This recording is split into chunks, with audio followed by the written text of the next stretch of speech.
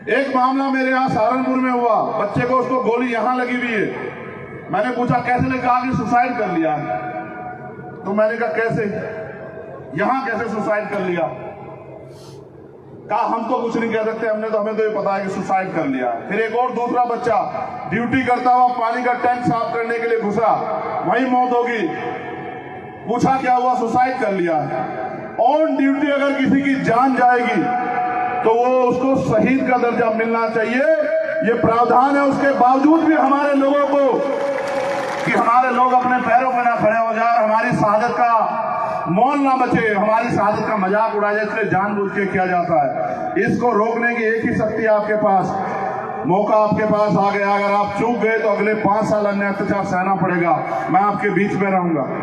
लेकिन अगर आप नहीं चूके, आपने बिल्कुल निशाना लगा के आजाद समाज पार्टी के प्रत्याशी को यहाँ से जिता के भेजा, तो मैं पूरी जिम्मेदारी से कहता हूं कि 5 साल आपको किसी आगे हाथ नहीं फैलाना पड़ेगा।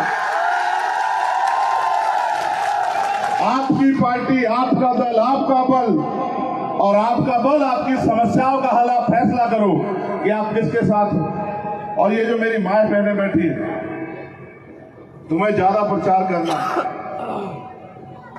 हमारी महिलाएं थोड़ी सी कम अभी उस तरह से तैयार हुई हैं। एक तो यहाँ घूंघट इतना बड़ा है, मैं पूछता हूँ ये क्या है? कहा कि परंपरा।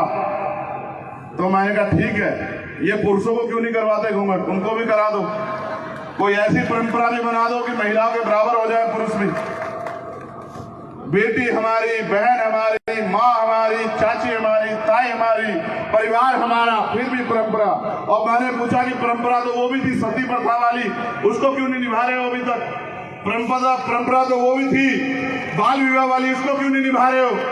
और परंपरा तो बहुत थी तुम्हें अपमानित करने के लिए। यहाँ जो सतपाल चौधरी जी बता रहे थे कि ताकतवर लोग रोक लेते थे डोली, परंपरा तो ये भी थी कि आपको मुंचे रख के नहीं निकलने दिया जाता था। परंपरा तो ये भी है सामंतवाद के गढ़ में कि बहुत सारी ऐसी जगह है, मैं गया था पाली, कि जूते पहन के नहीं निकलने देते आज भी। उन परंपराओं का क्यों नहीं पालन करते आप लोग? परंपराएं महिलाओं के नाम पे ही क्यों? ये आपको समझना चाहिए। परंपराएं महिलाओं को रोकने के लिए हैं, और हम बाबा साहब अम्बेडकर को मानने वाले लोग हैं। बाबा साहब ने कहा मैं किसी भी समाज, किसी भी देश की तरक्की उस समाज, उस देश में रहने वाली महिलाओं से मापता हूं। आप ये सोचो, जिस महिला को इस तरह आपने जो है अभी खुल के जीने नहीं दिया, फिर वो कैसे जो है इसकी तरक्की होगी? और अभी आया वुमेन रिजर्वेशन, आपने देखा क्या?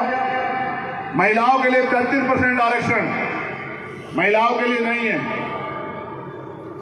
बिल्कुल महिलाओं के लिए नहीं है।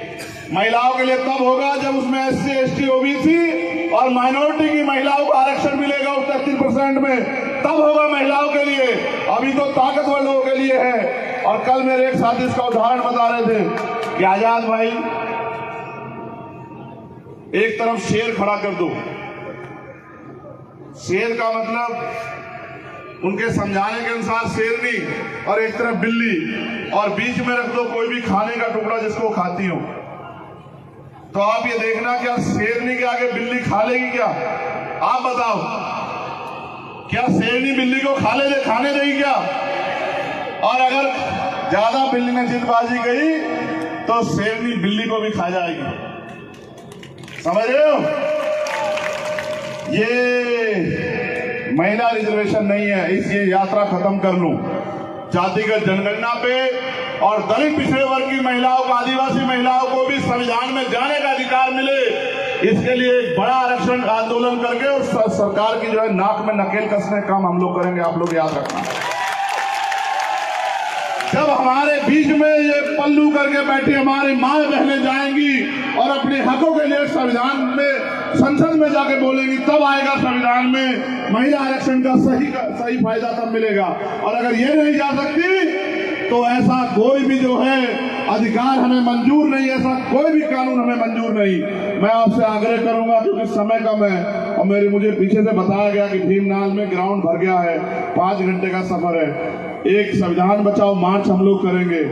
बहुत अनुशासन में आना। आज की संख्या आपकी इतनी है कि जहां से पानी नहीं निकलता हो जिस धरती से, वो भी इससे भी पानी निकल जाएगा, याद रखना।